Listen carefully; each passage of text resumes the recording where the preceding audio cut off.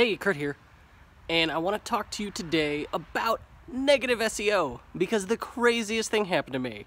It turns out, at least according to 3,000 spammy backlinks that showed up to our agency website recently, that I guess I'm the e-commerce community's go-to resource for buy viagra/cialis online. Yes, I got hit with 3,000 spam backlinks for Viagra in a negative SEO effort. So what is negative SEO? What are the implications for you? And how did I fix it with about 30 minutes of work at best? I will run through all of that today with you in today's Sunday Drive. Also, it is 0 degrees right now, so have faith that I am not freezing to death out here.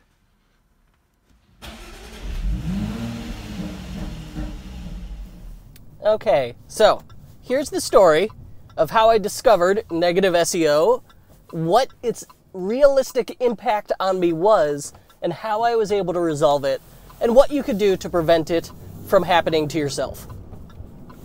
I had a friend, a colleague really, who is a SEO professional and ran a backlink report as part of like an SEO audit on my agency domain name, which is ethercycle.com, and said, hey, did you know that you've got all these spam backlinks? It looks like a negative SEO campaign. I said, no, what are you talking about? So he showed me the list, and sure enough, we had about approximately 3,000 backlinks in which the anchor text, so what the link said, was, quote, buy Viagra/Cialis online, and like variations of that, which is obvious. Like anyone could look at that and go, that's spam. Well, if you could look at it and go, well, that's spam, so can Google. So if Google sees, this is the idea, if Google sees all these backlinks that are very spammy, then they go, well, maybe that site that they're referring to is putting out all this spam, of course, because that's what they're trying to sell and rank for, and therefore we should penalize them. So why would all these backlinks appear? Well, one of two things. Either I angered some SEO professional somewhere, or someone was trying to outrank me for something in Google, and this is why the fact that someone would think this is a good and reasonable thing to do means people shouldn't obsess over SEO. All right, so if you are, let's say you're number 3 in a listing and you want to be number 1, and you can't, it's not realistic to get more backlinks than the person in the number 1 spot. Instead of raising yourself up, you knock them down by getting a bunch of negative backlinks together against that site. That's the idea. In the past, it used to work. Today, in my personal anecdotal experience, sending 3,000 backlinks in the way that they did had literally 0 impact on us. If I loaded up like various searches, our ranking positions, I believe, were unchanged. But looking at Google Analytics organic traffic, 100 and like referral search traffic, 100% unchanged, unaffected. So if you're thinking, maybe that's a negative SEO thing, something I should look into. No, it a waste of money. It did nothing, had 0 effect or impact on us. But I still didn't like it, even knowing it didn't have that effect. I said, all right, what can I do about this? And is there more, that I need to worry about? So number 1, the first thing is to check your backlink profile. And here's the problem I ran into. There are a ton of SEO tools out there, and they're all very different, not made alike. All right, so after I tried half a dozen, I asked SEO pro friends for recommendations, and I discovered the one tool to use and check. It's called Majestic. You get it majestic.com. majestic.com. Majestic.com. It's cool. So give that a shot. So you go to Majestic. They've got a free version. You put in your domain name, and it will give you your backlink profile. It'll tell you, all right, here's your total backlinks. Here's your fresh backlinks. And then with the paid version, which I think was $70 a month, so I just paid for 1 month and then canceled it after a month, $70.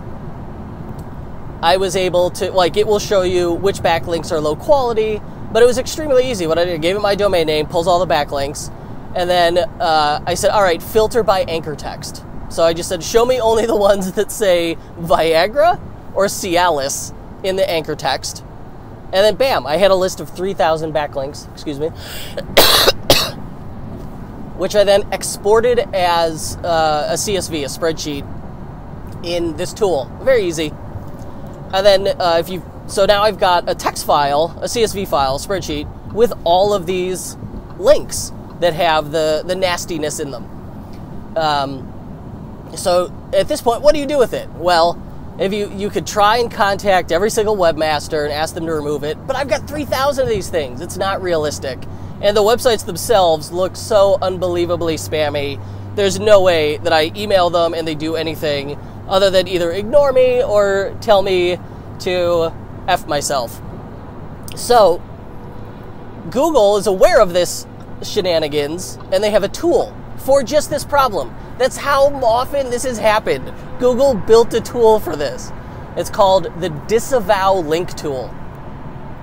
So you set up Google Webmaster Tools on your sites, which really, like Google Webmaster Tools, I set it up on domain names. I really find very little value in it, but you have to do, like, if you want to use this tool, you need Google Webmaster Tools. It's simple, it's free. You just have to verify that you own the site, and that's it. Then you can use Google Webmaster Tools.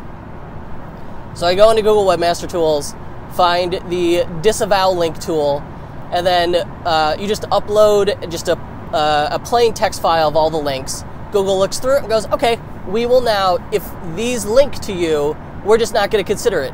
These are just, we ignore them, they're blacklisted from the algorithm, you don't have to worry about it. Now, what is the downside to doing this? Well, if those links are legitimate, it's like they don't exist as well. So you could, if you did this wrong for some reason, you exported, say, like all of your backlinks, you could just as easily tell Google to ignore them. So that's the downside if you mess it up. It didn't, and there's like warnings in Google, but it wasn't hard to do. I wouldn't worry about it. So with that, then I could put it out of my mind and not worry about it. And with I used majestic.com. I checked all our various domain names, as we have many. None of the others had the same problem, and I put it to bed. I didn't have to worry about it anymore. So if you're worried about this, you want to just occasionally prevent it. I would say like once a month at most, maybe once a quarter. Go to majestic.com, load up your domain name, and see if there's like a sudden influx of thousands of eerie backlinks that don't make sense. And that's it. And like the chances are for 99% of you, it will never happen. I was quite surprised it happened to me, but ultimately it had no effect, and it cost me the $80 to Majestic to fix it, and about half an hour of time. Not a big deal, but it's a thing. It's out there, and in practice, I don't think it actually works or does anything. I think Google's pretty good about it. Maybe someone could run a more sophisticated negative SEO campaign and get results. I'm not asking you to try. Please don't. But that's that. So it's a nice spring cleaning as we head into, not spring cleaning, but a nice thing to cleanse your backlinks going into 2018, into the new year. So give it a try. Check out Majestic. I have no affiliation to them. I just thought it was the nicest of the tools I tried by far. See how it goes. And if you are looking to start a new project, be it marketing or a Shopify new theme setup in Q1 2018, I'd be happy to help. You can learn more at ethercycle.com. We'll be relaunching our website in January. I'm very excited about it. So more about that later. And thanks for joining me. Hope that helps.